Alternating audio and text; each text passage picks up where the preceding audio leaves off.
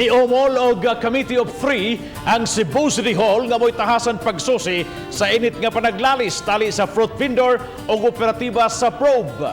Ang maong panaglalis misangkot sa pagkakayang sa panindang prutas sa vendor. Ang insidente nakuhaan og video nga maoy nag-viral karon sa social media. Aniya ang report.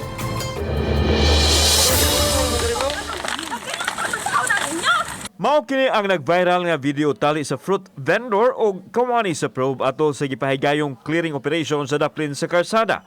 Makita usab nga nagpasa ang prutas human giingong nag-inilugay ang taga-probe ug ang babaeng vendor. Ang panghitabo gipaimbestigar karon sa mayor aron masuta ang tinuod nga nahitabo. Suma ni Attorney Ray Galon ang tigpamaba sa mayor nga ang Committee of Three ang gilangkuban sa mga abogado may nagsusi niini. Ang atong gibasihan sa kining investigasyon, mauman ang nag-viral nga video, atong gipaabot ang tubag pursuant to due process sa mao nga hingtungdan nga probe enforcer.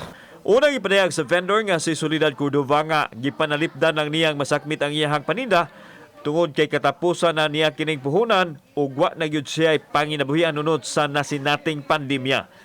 Apan may sumbalik usab ang sakop sa probe nga si Marvin Labajo nga ang vendor maoy nagyabo sa iyang baligya.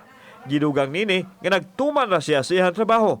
Apan gipadayag ni Galon nga gusto mahitabo ni Mayor Labella nga ipatigbabaw una karong panahon na ang humanitarian consideration ilabi na nga nanginabuhi ang mga tao taliwa sa kalisdanan. Na sila kadong akong giingon sunahan nga na sila version nga gisita nila o niya nagkisi-kisi nga gisita ingon ana, but it begs the question, does it call for that kind of forceful apprehension nga nangyabo na ng mansanas da nangahug na dito sa gutter, nga na ba talk about humanitarian reasons gani.